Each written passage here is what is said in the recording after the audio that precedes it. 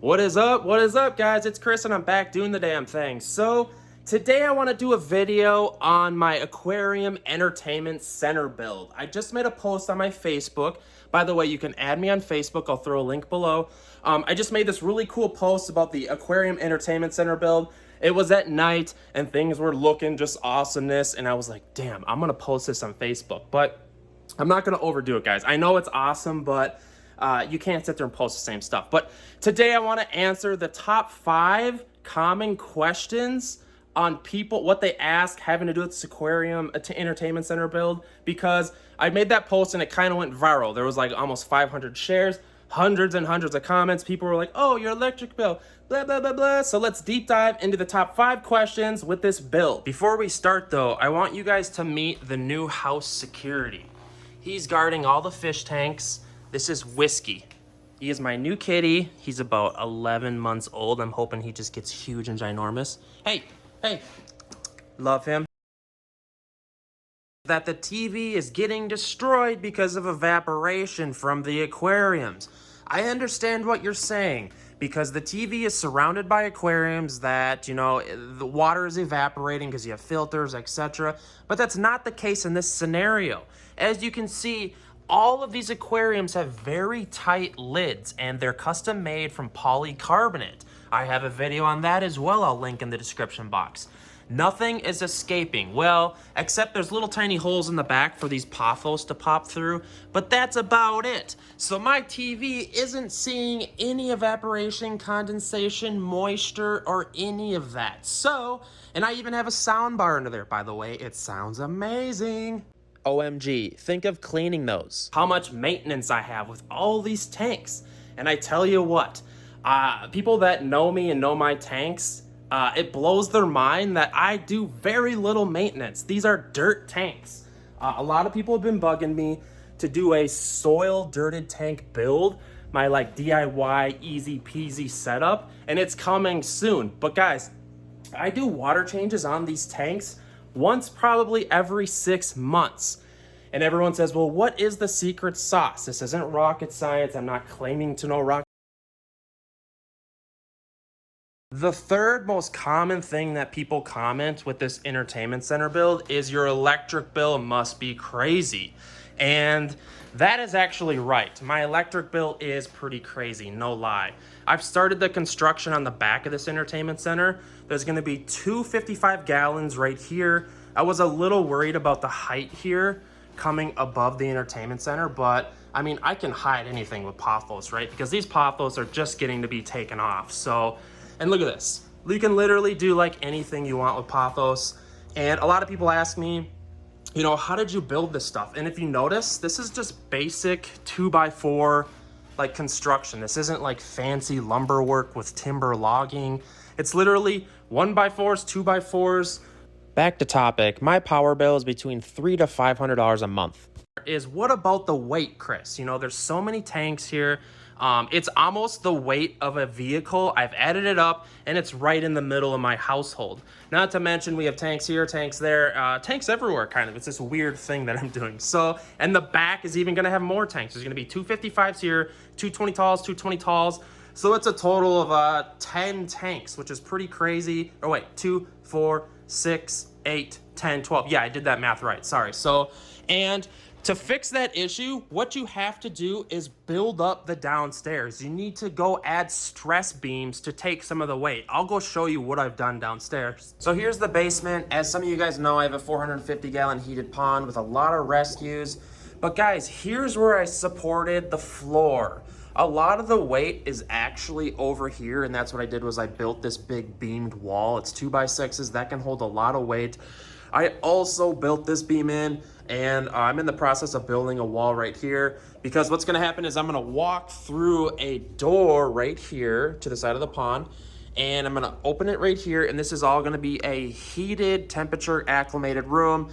This is gonna be the basement. It's been a long journey down here. I've had this floor flooded probably a dozen times. The drains are a complete nightmare in this house. The service room, this house is over 100 years old, guys. So it's been a lot of obstacles. What lighting do you fancy, sir? And you would think it's super expensive Kessel lights, maybe Fluval, but here's the deal. You're gonna hate me even more.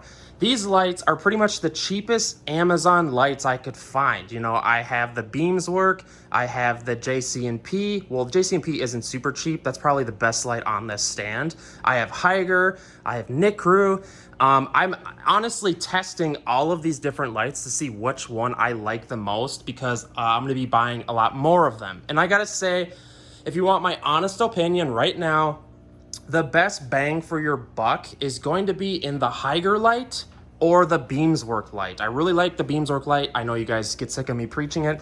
Haiger, though, actually makes a really simple light that just, it does the damn thing. Like this, here's Haiger. It's just, they work. They're simple, and it's really all you need. So, hey, what are you doing? What are you doing, little guy? So wrapping this up, the number one thing that people always comment and ask me is, Chris, how do you get your plants so green and to grow so nice? Thanks for flattering me, guys. But honestly, it's no secret. And a lot of you guys that have followed me for a hot second know that I wasn't into plants. I was that weird cichlid guy. You know, I started my YouTube journey with Jack Dempsey's, Texas cichlids, Oscar fish. You know, so it's kind of crazy. And a lot of my following hate the fact that I don't do as many videos on cichlids anymore, and there are a lot more to come. It's just the deal that's happening here with the house is I'm putting all the smaller, beautiful planted tanks upstairs, and downstairs is kind of going to be the bigger tanks, the industrial breeding. So those videos are to come. So guys, how do I get my plants to look so nice? Let's deep dive into this, even though it's really easy and simple. First things first, guys, all these tanks are soil tanks. This means that I'm using potting soil capped with sand in all of these tanks. Well, except this tank. Hence, that's why I have these in pots, and I actually have real soil in the pots just because I'm done trying to grow plants in gravel or sand. And the reason is because it just doesn't work, or it works worth a crap compared to how it works with dirt. And I've done a couple small videos on this. Here, I'll give you a glimpse. Build just because it's super cheap and the plants absolutely love it.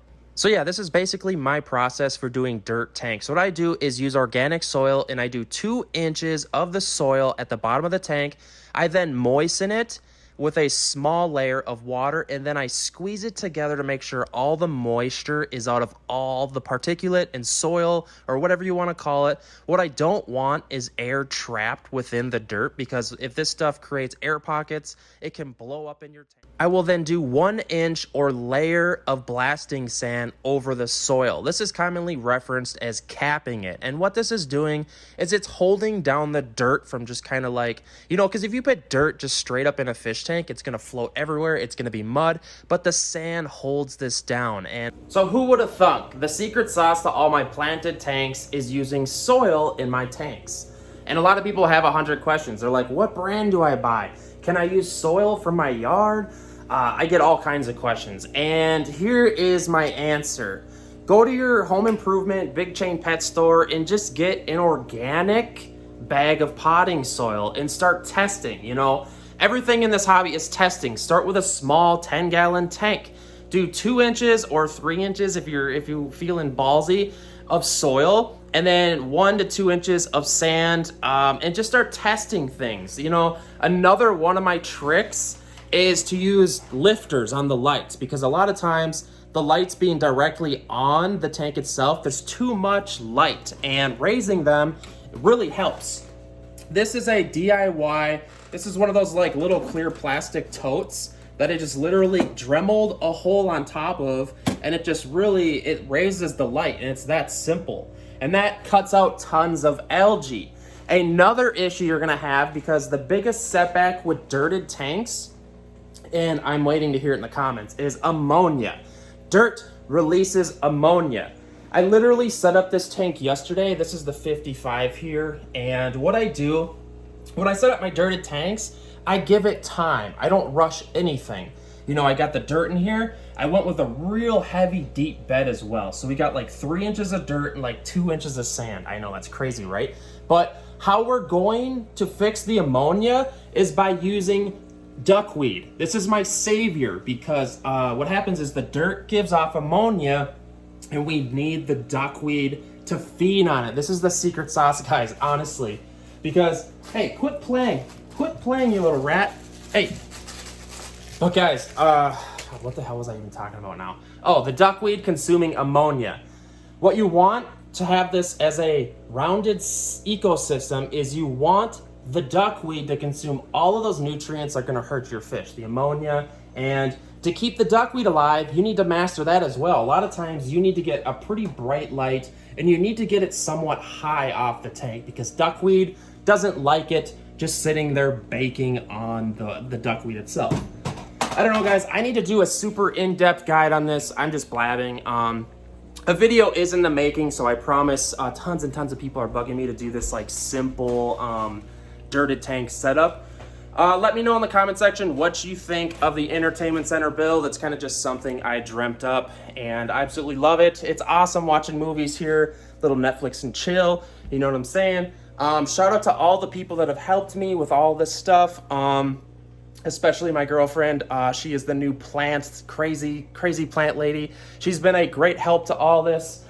Without further ado, guys, hit the subscribe and like this video. I'll try to comment to all the questions below. I love you guys, and also consider becoming a member. It's like really cheap. I think it's $1.99 a month or something. I can't remember, but it helps pay the electric bill. I just got done telling you the electric bill, you know, my last one is $470.